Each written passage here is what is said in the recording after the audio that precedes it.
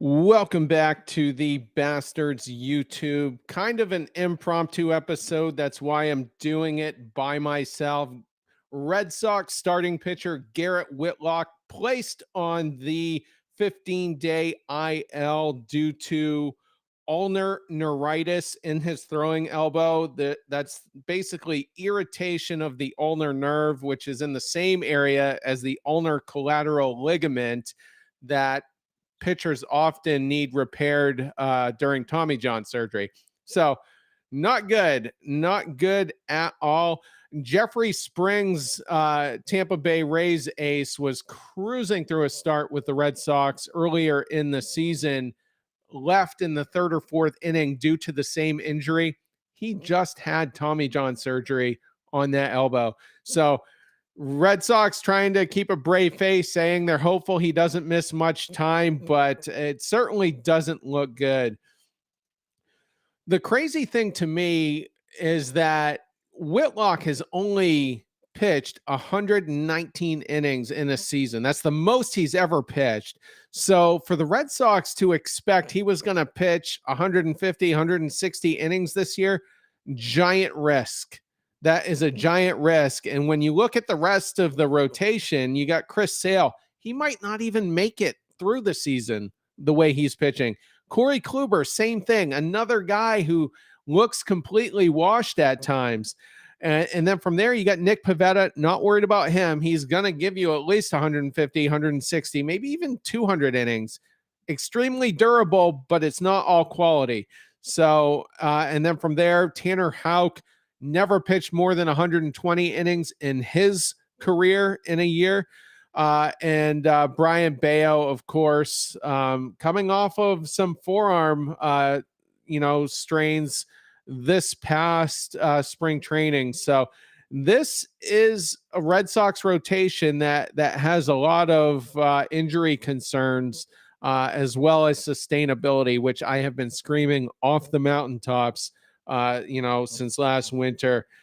The other thing too, it also takes Whitlock out of the bullpen for now. He could be a backup closer to Kenley Jansen should Jansen have issues, and he's had a history of heart issues. Whitlock could be a backup setup man, an everyday seventh inning guy. You're losing a huge weapon here. If Whitlock is out at a minimum, I'm guessing it's going to be probably several weeks, possibly the rest of the season. You're losing a weapon, and it further just taxes everybody else around him due to his absence. So he was the one saving grace to, basically Chaim Bloom's entire tenure here. We can criticize Bloom for a million different things, never having a good starting rotation, letting all the good players go, Michael Wacha, Kyle Schwarber, I'm drawing blanks here. Hunter Renfroe. Lets all those guys go. But the Bluminati could come back to the Whitlock acquisition. So I think Yankees GM Brian Cashman feels a lot less stupid today for giving up on Whitlock and putting him into that Rule 5 draft, because it's just more of the same, just more injuries. This is the second elbow injury. He's had a hip injury. It's just not gone well for Whitlock. Beyond 2023, Whitlock has 3 guaranteed years left, all at $3.5, $5.5, and $7.5 million respectively over those 3 years. And then there's some option years, 2 of them tacked on. So the furthest one, I think, takes him through 2028, which would be Whitlock's age 32 season. But we're obviously jumping way ahead of ourselves if we're trying to guess what his future is that far out. So lots to be concerned about here with Whitlock, and hopefully he, by some miracle, he only does miss a few starts, but